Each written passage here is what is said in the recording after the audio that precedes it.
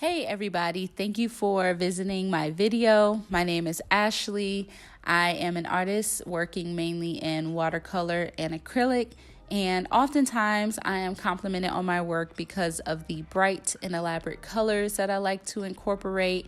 And that really just inspired this video for anybody who wants to incorporate more color or just color schemes into their work. I came up with these 3 pretty simple, pretty practical tips that you can follow.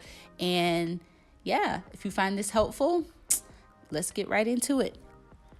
So the first tip that I have is to build your eye for color.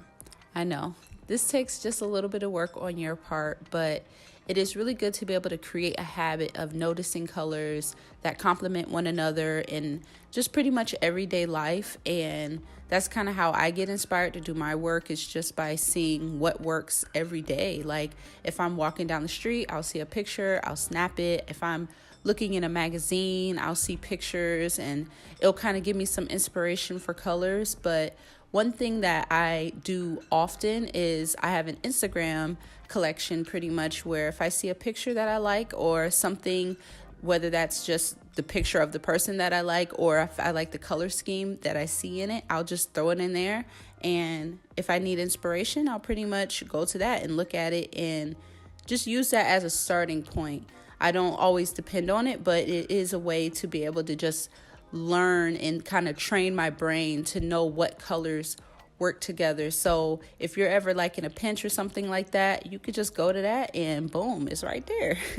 Now for tip 2, I like to start with one color and then I'll build upon that. One thing that I like about art is it really is a process, and breaking it down and thinking of it as a process has been more helpful than trying to figure out what is the end result going to look like from the beginning. So I'll start with one color, and that's for this example I'm showing you, I'm starting with red.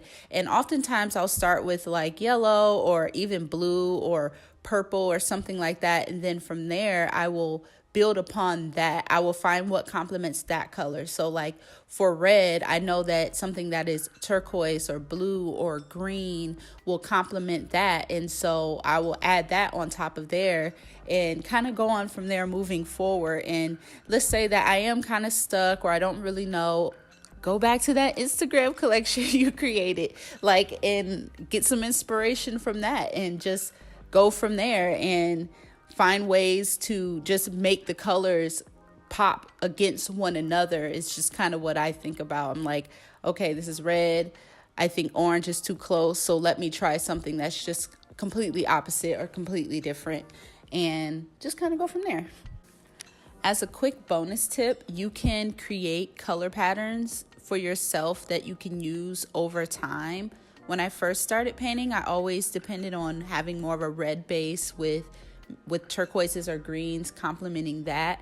And then I, for a while, would use like a yellow base and then have reds and blues or greens complementing that. And nowadays, I'm more so focused on having natural colors and then having different colors added on top of there, whether that is turquoise or red or green or any type of color. I just find ways to sort of create a pattern and sort of continue to be consistent in my work.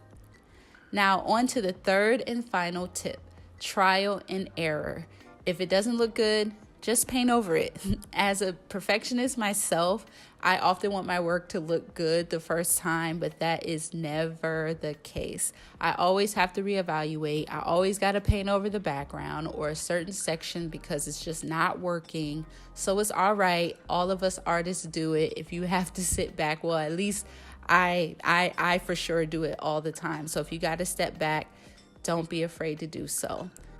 Those are all the tips that I have for today. Let me tell y'all, this is only my second video and I am still trying to figure out how to go about doing this. So please let me know if this was helpful. Comment, share the video to help me out, to get my stuff out there. And also in the comments, answer this question. How do you pick colors when you create? I would like to know, and I would like for us to just be communicating, talking, chatting. So thank you once again for watching my video. Subscribe, rate it up, please. And yeah, see you in the next one.